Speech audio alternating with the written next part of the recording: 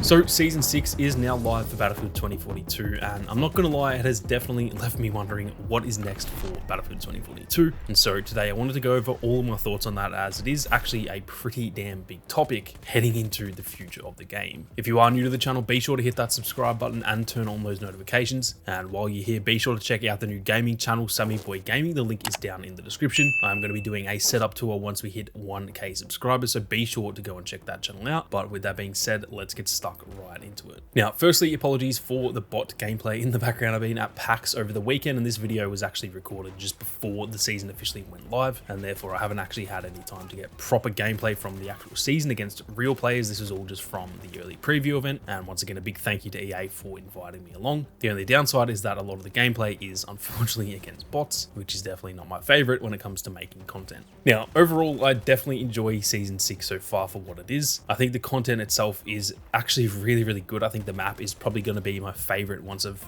spent enough time on it, but already I can tell it is probably going to be my favorite map in the game. The new weapons all feel very good as well, and a lot of the fixes they've put in the game in this update all make the game feel very solid. It already was in a really good state after obviously the rough launch. They've finally clawed it back, and even then this update makes it feel even better than it already did. However, the downside to where the game is right now is that although all of that content is really good, unfortunately it just isn't really enough content. Only days after the season is live, only days after I've played the actual early preview, I feel as though I've experienced all the season has to offer, outside of, I'm sure there will be a mid-season event, but outside of that, only a few games in, I felt as though I've pretty much experienced everything that Season 6 has to offer so far. It has definitely left me wondering whether there's much of a future for this game or not. There was obviously a point when we didn't know anything about Season 4 beyond, I guess we knew Season 4 was happening, but we didn't know anything beyond that. But then they did announce Season 5 right before Season 4 went live. They then also announced Season 6 before Season 5 went live, meaning that we've actually never gone into a single season in this game not knowing whether we were going to get a season beyond that. Well, as of right now, at least as I'm recording this, we don't know if Season 7 is going to happen. We don't know if Season 6 is the final season. They haven't said anything as of right now, and that is definitely very concerning that we are essentially going beyond this season completely blind. We're going to get all of Season 6. We know that, we've got 3 months of this season with the battle pass and everything like that, but beyond that, we have no idea what is coming. And for me, that definitely makes me a little bit nervous and does have me wondering whether there's actually a future for the game or not. For me personally, and obviously this is all just speculation, so please take this with a grain of salt. I don't know anything about the actual size of the studio or anything like that, but the game does feel to me like it has pretty much a skeleton crew at this point. The amount of content we're getting per season seems indicative of a team that is just not big enough to actually be able to put out a heap of content. And that does obviously make sense. Generally, when multiplayer games launch, whether it's Battlefield, whether it's pretty much any other shooter, or really just any multiplayer game at all, generally speaking, they launch the game, the team sticks with the game for a couple of months after to just try and get it,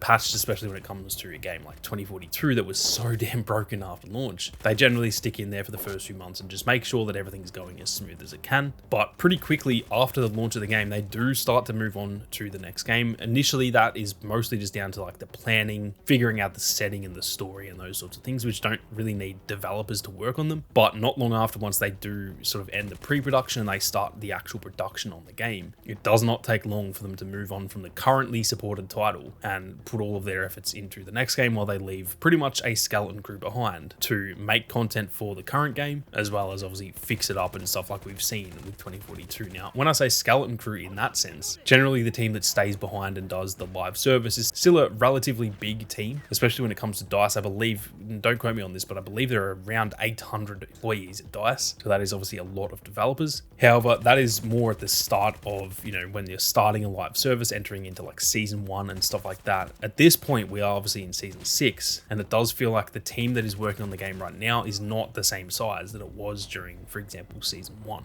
Now, the thing is, if they don't have a skeleton crew, and if the, a large majority of the developers are still working on 2042, then I would argue that is actually more concerning, because how the hell are they only putting out 1 map and 3 weapons per season when they've actually got a good team that are working on the game still? So it does definitely feel like it has to be a skeleton crew, and if it's not, I would actually be more concerned about that. However, if it is a skeleton crew, that definitely points at the potential fact that the game is obviously coming to an end, which, to be fair, it is guaranteed to be coming to an end at some point soon. Even if they did season 7, 8, 9, and 10, that's a year from now, but that's still not, the game is not going to be supported for 10 years. We just know that that's not how Battlefield goes. So regardless whether it's the end of this season or we get another 4, the game is definitely winding down compared to how it was in season 1, where they were really just getting started with the game. Now, for me, I personally don't see how any more seasons for this game are actually viable. Now, don't get me wrong, if they announced season 7 or season 7 and 8, I would not complain with that. I would definitely jump on and play. So it's not to say that I don't want to see that necessarily, but I just don't see how that is actually viable if this is the rate that they're going to be putting out content. Season 6 is really the first season that is actually a proper season, and what I mean by that is season 1 through 4, we obviously got specialists with the season. We also got multiple map reworks, and so those were kind of inflated seasons because obviously we were getting the specialists, and the map reworks almost counted as content in a way, even though they obviously weren't content. It's just fixing a map, but that is still something that we got in those seasons. Season 5, we then obviously didn't get a specialist, but we did still get the Hourglass rework, and so even that was slightly inflated. That's not what they're going to be doing every season from here on out. And so, like I said, season 6 is technically the first season we've got where it is essentially the amount of content that we can expect moving forward. And like I said, I don't think that that is actually viable to continue with this rate of content